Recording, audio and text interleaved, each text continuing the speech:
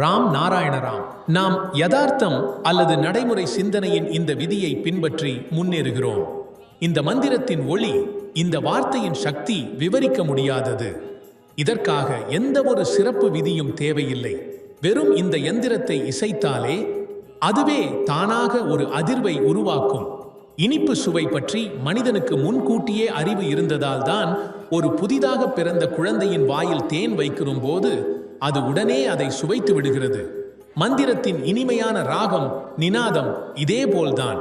கருப்பையில் 10 மாதங்கள் இருந்த பிறகும் இன்றும் நாம் மூலாதாரமும் மணிப்பூரமும் உள்ள கருப்பையில் கூண்டாக சுழன்று அமர்ந்திருக்கும் குலகுண்டலினி சக்தியாகவே இருக்கிறோம்.